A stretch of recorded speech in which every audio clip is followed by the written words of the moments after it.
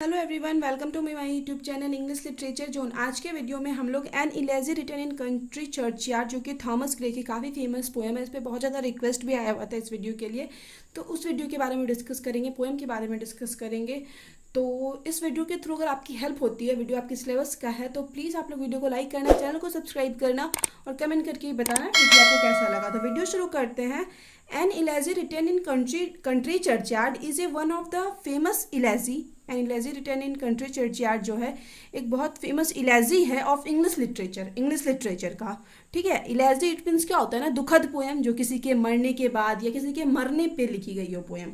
तो इस तरह से एक इलेजी है जो इंग्लिश लिटरेचर का, कंपोज्ड बाय थॉमस ग्रे, जिसको कि कंपोज किया गया था थॉमस ग्रे के द्वारा। ठीक है, मोस्टली जो पोएम को पहले हम मेंशन करते थे पोएम में भी रिटन बाय, तो आप मतलब हो सकता है हम पहले वाले कंफर्म है, पहले वाले वीडियो में रिटन बाय ही लिखते थे पोएम में, तो पोएम को कंपोज किया जाता है, रिटन नहीं यूज़ करते हैं। तो ठीक है, अगर आप पहले वाले नोट से पढ़ रहे हो तो ध्यान रखना उसमें कंपोज्ड बाय लिख देना जब भी कोई ऑथर का नाम आ रहा हो। ठीक है, तो पोएम कंपोज किया गया था थॉमस ग्रे के द्वारा।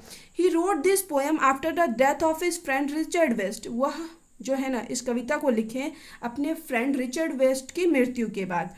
Grey began writing this poem. Gray इस पोएम को लिखना शुरू किया इन 1742 में लिखना स्टार्ट कर दिया इस पोएम को।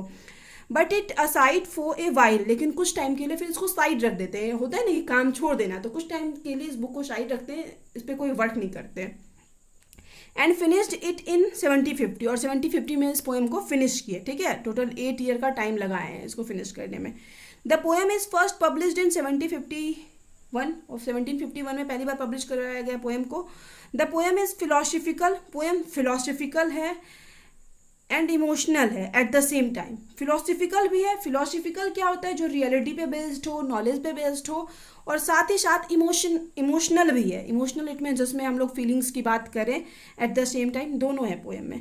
The beauty of this poem lies in its simplicity, और इस पोएम की जो खूबसूरती है इसके सिंप्लिसिटी में दिखाई देती है कि पोएम बहुत ही नॉर्मल तरीके से लिखा गया है। The poem can have more than one theme, और पोएम का एक से ज़्यादा विषय है, सच है जैसे कि डेथ द इक्वलाइजर। डेथ को एक इक्वलाइजर के रूप में दिखाया गया। इट मीन्स जिसका इफेक्ट सब पे इक्वल पड़े। इक्वलाइजर इट मीन्स यही हो जाता है कि जिसका इफेक्ट, कोई ऐसी चीज़ जिसका इफेक्ट सब पे इक्वल पड़े, चाहे वो कोई भी इंसान हो, छोटा बड़ा, मोटा पतला, गोरा काला, अमीर गरीब, तो सब पे इक्वल इफेक्ट पड़े। मिस्ड अपॉर्चुनिटी और वर्च्यू को दिखाया गया है। इन दिस पोएम, इस पोएम में the poet talks about death, poet death के बारे में बात करते हैं एज द इक्वलाइजर। डेथ को एक इक्वलाइजर के रूप में दिखाते हैं, हम एक्सप्लेन कर ही दिए इक्वलाइजर क्या होता है। रिच और पुअर, गरीब हो अमीर हो, शुड एंड इन डेथ, सबका एंड होना है डेथ पे।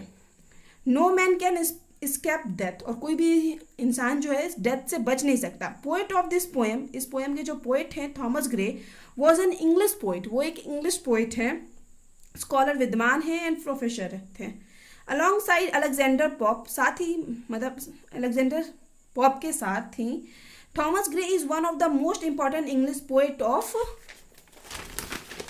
18th century. It means Alexander Pope के साथ ही थॉमस ग्रे भी जो है 18th सेंचुरी के ग्रेट पोएट के रूप में जाने जाते हैं। One of the 13 poems that he had written, मतलब टोटल 13 पोएम जो उसमें जो वो लिख रखे हैं Thomas Gray. Elegy written in country churchyard is the most famous, सबसे फेमस उसमें से हुआ है elegy written in country churchyard. And well recognized यानी जिसको बड़े पैमाने पे लोग जानते हो, बहुत ज़्यादा प्रसिद्धि मिली हो। Samuel Johnson declared the Thomas Gray, Samuel Johnson अब जो थॉमस ग्रे के बारे में कहते हैं, the man who wrote the English poem, कि वैसा बोलते हैं थॉमस ग्रे को कि वैसा इंसान जो कि इंग्लिश पोएम लिखता है, most loved by the common reader, जिसको कि कॉमन रीडर के द्वारा बहुत ज़्यादा पसंद किया जाता है। ठीक है, वैसे मतलब ऑथर के रूप में कौन, सैमुअल जॉनसन थॉमस ग्रे को डिस्क्राइब करते हैं। अब आगे, the poem is set on the mid 70s, poem की जो सेटिंग रखी गई है मिड 70s में, उस टाइम 70s के टाइम रखी गई है। Before the industrial revolution began in England, England में इंडस्ट्रियल रिवॉल्यूशन शुरू होने से पहले के टाइम का ये पोएम है। The setting of this poem, इस पोएम की जो सेटिंग बताई जाती है, इज ए ग्रेवयार्ड, एक कब्रिस्तान है, ऑफ ए चर्च, एक चर्च का, इन southern England. Southern England it means दक्षिणी इंग्लैंड का एक चर्च में, चर्च के कब्रिस्तान में इसकी सेटिंग रखी गई है। Gray himself is buried there, और ग्रे जो हैं थॉमस ग्रे, इस पोएम के जो ऑथर हैं, उनको भी वहीं पे बेरिड इट मीन्स दफनाया गया था। The poem has all the features of an elegy. Poem के अंदर सारी फीचर्स हैं एक इलेजी के अंदर, जो दुखद पोएम के अंदर जो किसी के मरने की बात लिखी जाती है, वैसे पोएम में जो भी मतलब फीचर्स विशेषताएं होनी चाहिए वो सारा कुछ है इस पोएम में। There are 32 stanza in this poem. Poem में टोटल 32 स्टांजा है, इट मीन्स काफ़ी लंबी पोएम है। ये जो हम पोएम का क्रिटिकल एप्रिसिएशन लिख रहे हैं, अगर हम समरी लिखते हैं तो लाइन बाय लाइन एक्सप्लेन करना पड़ता है और पॉसिबल नहीं है। 32 स्टांजा है तो बहुत बड़ी पोएम है। इच स्टांजा हैज़ 4 लाइन्स, और सारे स्टांजा में 4 लाइन्स है। It means 32 multiply 4 it means 128, तो टोटल 128 लाइन है। तो उसको डिस्क्राइब करना नोट्स में पॉसिबल नहीं था, तो इस वजह से एक क्रिटिकल एप्रिसिएशन जो होता है, क्रिटिकल एप्रिसिएशन में क्या होता है ना कि हम सब कुछ डिस्कस करते हैं, पोएम का फॉर्म क्या है, पोएम का थीम क्या है, और पोएम के ऑथर के बारे में सब कुछ डिस्क्राइब किया जाता है उसमें।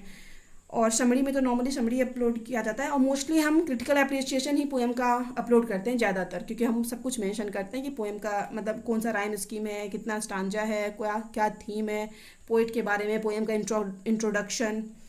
अब आगे है, और उसमें समरी भी आता है। जब क्रिटिकल एप्रिसिएशन लिखते हैं तो उसमें हम थोड़ा सा समरी भी ऐड करते हैं, बट वो एक नॉर्मल तरीके से करते हैं। फिर आगे है, हो गया 4 लाइन्स था, कॉल्ड क्वार्टरेंस, और 4 लाइन के स्टांजा को जो है क्वार्टरेंस कहा जाता है। तो उसी तरह 4 लाइन का स्टांजा है, टोटल 32 स्टांजा, तो इट मीन्स 128 लाइन्स है इस पोएम में। Each lines written in iambic pentameter, जो हर लाइन है वो आयम्बिक पेंटामीटर में लिखा गया। And rhyme scheme followed by the poem is ABAB। अब आयम्बिक पेंटामीटर क्या होता है ये हम बहुत सारे वीडियो में एक्सप्लेन किए हुए हैं। तो राइम स्कीम जो है फॉलो किया गया है जो इस पोएम में वो है ABAB, and this pattern continuous till the end. और यही पैटर्न जो है कि आयम्बिक पेंटामीटर में लिखा गया और राइम स्कीम ABAB, ये पोएम के एंड तक कंटिन्यू रहता है, same cheese. The poem begins with the description of the evening of A rural place. एक मतलब पोएम जो शुरू होती है एक रूरल इट मीन्स ग्रामीण इलाके के डिस्क्रिप्शन इट मीन्स व्याख्या जो शुरू होती है, इट मीन्स ग्रामीण इलाका को एक्सप्लेन किया जाता है पोएम के शुरू में। The evening church bell tells, और शाम का जो church bell it means church की जो शाम की घंटी होती है वो मतलब बताती है the passing of the day, कि दिन जो है गुजर चुका है। इट मीन्स इवनिंग टाइम का चर्च बेल की आवाज़ आ रही है, तो इससे ये क्लियर हो जाता है कि दिन गुजर चुका है। Darkness begins to cover the world, darkness शुरू हो चुका है, वर्ल्ड को मतलब कवर करना शुरू कर चुका है। The speaker that is the poet, speaker जो कि खुद पोएट है, is standing in a grave yard, और वो एक कब्रिस्तान में खड़े हैं। जो हम लोग के स्पीकर वक्ता हैं या फिर हम लोग बोले पोएट हैं, वो एक कब्रिस्तान में खड़े हैं। ऑल इज क्वाइट, सभी शांत हैं, but only the beetle buzzes, beetle it means भौरे के, बजेस इट मीन्स गूंजने की आवाज़ आ रही है, ठीक है, भौरों की बनाने की आवाज़ आ रही है। एंड द आउल हुड्स, और आउल के चिल्लाने की आवाज़ आ रही है, मतलब आउल का आवाज़ आ रहा है। एमंग ए ग्रुप ऑफ इल्म ट्री क्या होता है ना, आप स्क्रीनशॉट में देख सकते हो, एक तरह का जंगली पेड़ होता है इल्म ट्री। तो वहाँ पे दिखाया जा रहा है कि इल्म ट्री दिखाया गया है कि इल्म ट्री है वहाँ पे। There is a grave yard, elm tree के बीच में एक ग्रेवयार्ड है, एक कब्रिस्तान है। It belongs to the village, और यह विलेज से संबंधित है, इट मीन्स विलेज के अंतर्गत आता है ये जो ग्रेवयार्ड कब्रिस्तान है। There are burials of the villagers ancestors, और यहाँ पे जो कब्र हैं वो विलेजर्स के पूर्वजों के हैं, गांव वालों के जो पूर्वज हैं उनका कब्र बना हुआ है उस कब्रिस्तान में, इन द ग्रेवयार्ड में, कब्रिस्तान में। The poet talk about the people buried in the graveyard, poet उन लोगों के बारे में बात करते हैं जो कि उस ग्रेवयार्ड में दफन है। They are sleeping in beds, poet बात करते हैं बताते हैं कि वो बेड्स पे सोए हुए हैं। That are low on the ground, जो कि जमीन के नीचे है। नो साउंड कैन वेक दम, कोई भी साउंड उनको जगा नहीं सकता। The twittering of the swallow it means क्या, एक तरह का बर्ड होता है जिसको अबाबिल कहते हैं, तो उसका भी ट्विटरिंग आवाज़ इन लोगों को जगा नहीं सकता। The morning call of the cock का जो सुबह का आवाज़ होता है कुकड़ुकू का, वो भी उन लोगों को नहीं जगा सकता, क्योंकि वो सब मरे हुए हैं ना, कब्र में पड़े हुए हैं, तो पोएट बोलते हैं उनको कोई नहीं जगा सकता। इवन ए हॉर्न, और यहाँ तक कि हॉर्न जो काफ़ी तेज आवाज़ होता है वो भी इनको नहीं जगा सकता। स्वेलो जो होता है वो जो अबाबिल होता है उसका भी काफ़ी तेज आवाज़ होता है, तो इनमें से कोई इसको जगा नहीं सकता। कैन नॉट वेक देम, उनको नहीं जगा सकता। दे वे आर हार्ड वर्किंग मैन, वे लोग हार्ड वर्किंग मैन थे वैन दे आर अलाइव, जब वे लोग जीवित थे। द पोइट वॉन्ट्स टू से विलेजर्स, पोइट गांव वालों से कहना चाहते हैं, had there Joy and sorrow much like others, poet मतलब बताना चाहते हैं कि विलेजर्स हैड, कि विलेजर्स का जो होता है ना, चाहे खुशी हो या दुख हो, वो बिल्कुल दूसरों की तरह ही होता है। इट नॉट मीन्स कि गांव वाले हैं तो उनका दुख और खुशी जो होता है वो अलग होगा हम लोग से। फिर आगे है, invariably every human life ends in death, invariably in it means it in every case, her situation में क्या होता है ना, हर इंसान का जो लाइफ जो एंड होता है, खत्म होता है, वो डेथ पे ही होता है। वन शुड रिमेंबर दैट, हर इंसान को क्या होना चाहिए, ये चीज रिमेंबर रखना चाहिए, that no one knew that one of the dead villagers, की मतलब इनमें से जो डेड विलेजर्स हैं, उस मरे हुए विलेजर्स में से कोई किसी को नहीं जानता है, उनको कोई नहीं जानता है। May have achieve greatness in life, मतलब ये चीज़ किसी को नहीं पता है कि उनमें जो कब्र में दफन है, उनमें से जो गांव वाले हैं कब्र में दफन, उनमें से हो सकता है कि कोई एक मतलब बहुत महान लाइफ अचीव पा लेता। Therefore there may be a ruler और the poet buried in there, ये हो सकता था कि उनमें से कोई एक रूलर होता, कोई शासक होता, या फिर कोई पोइट भी हो सकता था। The poet remarks the villagers who were dead, poet फिर से यहाँ पे व्याख्या करते हैं उन विलेजर्स के बारे में जो कि मर चुके हैं। वुड ऑल्सो हैव टैलेंट, कि पोइट बताते हैं कि उनके अंदर भी टैलेंट था जो मर चुके हैं।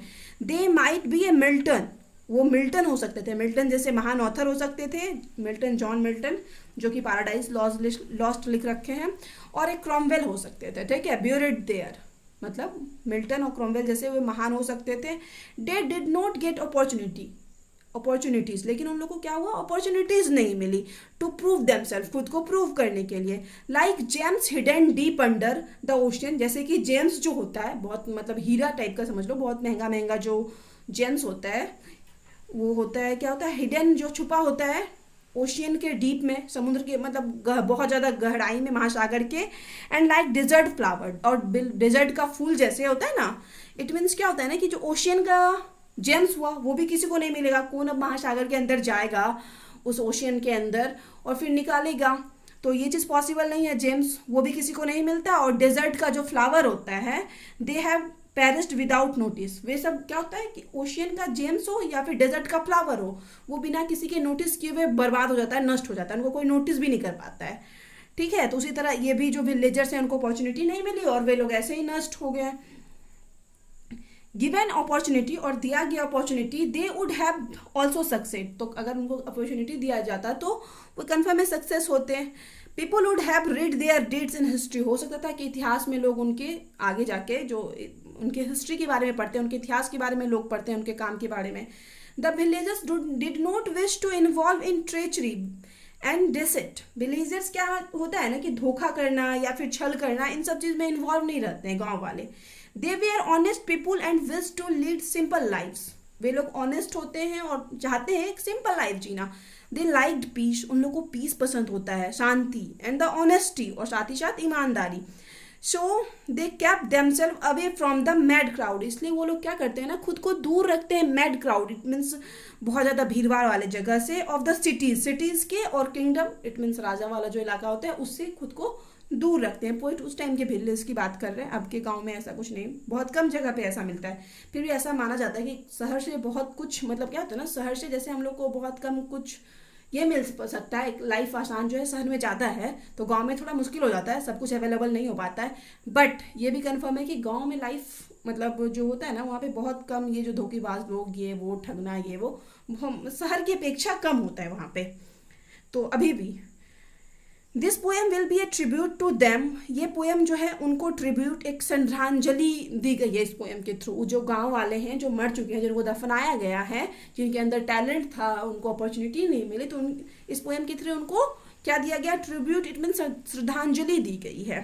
दे live their lives with moral, वे अपनी लाइफ को एक मॉरल्स के साथ, एक आदर्श के साथ जीते थे। दस वी कैन से दैट, इस प्रकार हम लोग कह सकते हैं, death is of course the major theme of this poem, इस प्रकार हम लोग कह सकते हैं कि पूरा पोएम में तो डेथ के बारे में बात हुआ है, तो डेथ जो है सबसे इंपॉर्टेंट थीम है इस पोएम का। Death is projected as the equalizer, death को प्रोजेक्ट इट मीन्स दिखाया गया एक इक्वलाइजर बराबर, जो सबके लिए एक जैसा हो, जिसका सब पे एक जैसा इफेक्ट पड़े, इक्वलाइजर के रूप में। इवन द प्राउड, चाहे वो कोई प्राउड इट मीन्स घमंड करने वाला इंसान हो, थोड़ा घमंडी हो, द ग्रेट कोई महान इंसान हो, या द माइटी इट मीन्स कोई ताकतवर इंसान हो, मस्ट वन डे डाइट, सबको एक दिन मरना है। And lie beneath the earth like the humble man and women, और वही जो हम्बल विनम्र जो मैन और वुमेन जो दफन थे, उन्हीं की तरह जमीन में अंदर दफन ही हो जाना है सबको एक दिन। अब यहाँ पे हम पोएम का लाइन एक्सप्लेन किए हुए हैं, यही जो मेंशन किए ना उसी का पोएम लाइन है। द बोस्ट और of hardly the pome of power and all that beauty all that wealth ever give, it means कोई कितना भी सुंदर हो, कितना भी धन हो, सबको एक दिन मर जाना है। तो ये लाइन मेंशन किए हुए हैं। अब आगे है बिकॉज ऑफ पोवर्टी, अब पोवर्टी गरीबी के वजह से, और other handicaps, handicaps it means दूसरी और भी कई बाधाएं हो सकती है, उन सब की वजह से many talented people never receive the opportunity, ढेर सारे टैलेंटेड लोगों को क्या होता है, अपॉर्चुनिटी नहीं मिलती, दे डिजर्व, जो वे लोग डिजर्व करते हैं।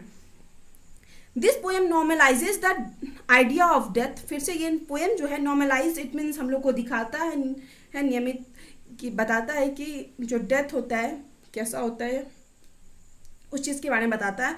For all the luxuries of the world, दुनिया की जितनी भी लग्जरीज है, जो भी हम लोग को चीज़, वैसे चीज़ जो भी हम लोग को आराम देती है वर्ल्ड, पीपुल क्रेव, जिसके लिए इंसान क्रेव कर रहा था कि मतलब हमको ये चाहिए वो चाहिए, लाइफ टाइम तो यही लगा रहता है सबके।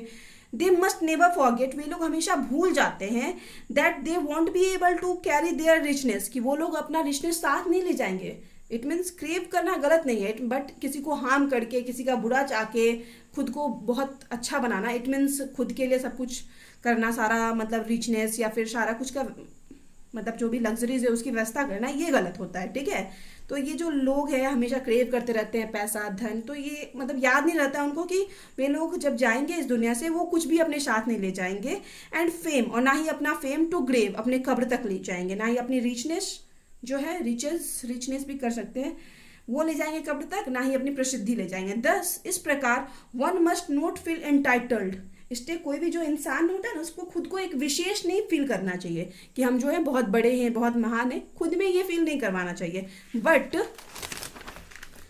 मस्ट बी हम्बल, लेकिन बट क्या होना चाहिए, हम्बल होना चाहिए, विनम्र होना चाहिए इन लाइफ में, as every single person on earth, क्योंकि जो एवरी सिंगल, क्योंकि हम लोग का क्या होता है ना, जैसे हर इंसान जो होता है अर्थ का, will one day have to inevitably, अनिवार्य रूप से सीज टू एग्जिस्ट, सबका एक दिन अस्तित्व जो है, एग्जिस्ट जो है, सीज इट मीन समाप्त हो जाएगा, एंड डाई, और सब इंसान जो है मर जाएंगे, अर्थ के कोई भी इंसान हो। स्पीकर थॉमस ग्रे, जो ऑथर हैं, वक्ता हैं, जो थॉमस ग्रे हैं, पोइट, खुद हिमसेल्फ विशेष टू इनडेंटिफाई, वो खुद चाहते हैं इनडेंटिफाइड रहें, उनको बहुत ज़्यादा कोई नहीं जाने।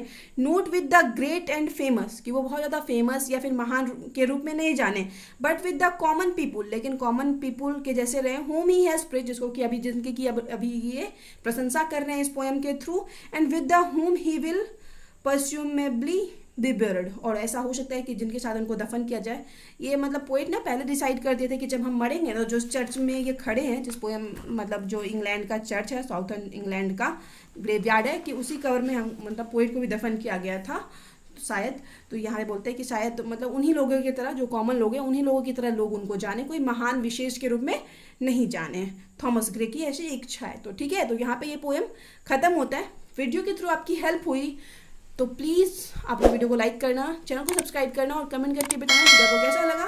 मिलते हैं नेक्स्ट वीडियो में नेक्स्ट टॉपिक के साथ।